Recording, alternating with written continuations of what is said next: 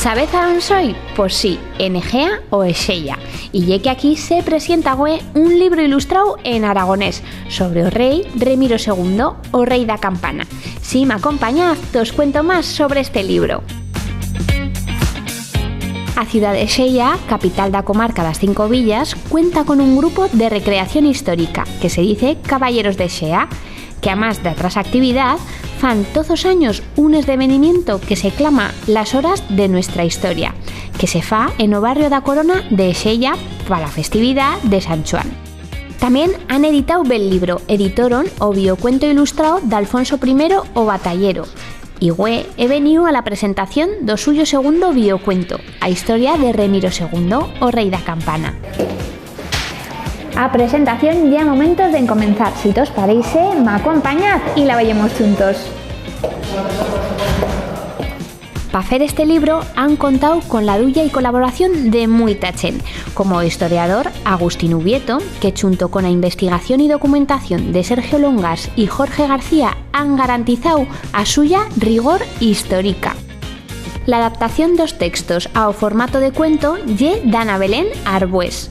A traducción tal aragonés lle feita por Mauricio Delgado y prou que sí, os dibuixos que dan vida y color aos personaxes da nuestra historia los afeitos os reconoixiu Xcar Malavida. Pero por que han decidido os Caballeros de Exea fer un biocuento sobre este rey? Hemos elegido a Remiro II pues porque es un rey muy poco conocido, es un rey que ha sido muy marginado en todos los aspectos históricos, hasta para la sociedad aragonesa. Se le conoce simplemente como el rey de la Campana, pero su historia es tremenda. Sin Ramiro el Monje, hoy Aragón como tal no existiría. Por eso ha sido nuestro empeño poner en valor esta figura tan desconocida para la sociedad aragonesa, y teniendo en cuenta que si Aragón hoy tiene aragoneses ilustres, entre ellos es por la gran acción que tuvo el monje dentro de la defensión del territorio aragonés.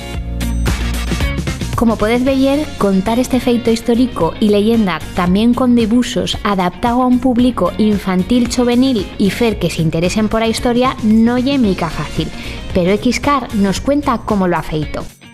Para hacer esta historia divertida y entretenida a través de los dibujos, pues hemos intentado hacer un estilo sencillo, muy colorido y sobre todo ir un poquito de lo truculento, ¿no? Por ejemplo, la famosa escena de la campana, pues no hemos querido poner ni demasiada sangre, ni mostrar los cortes ni las decapitaciones ahí demasiado, ¿no? Las batallas, pues por ejemplo, preferimos hacer a un enemigo huyendo que no hay enfrentándose y tal, ¿no?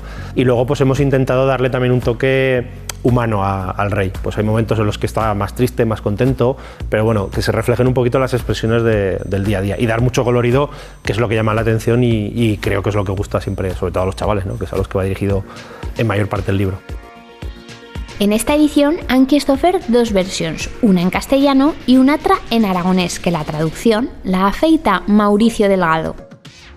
A ver, no está todo difícil a documentación porque muchas cosas ya las tenía del anterior videocuento, Rey de Reis. He aprovechado mucho también de la novela que escribí, A Batalla de Sibirana.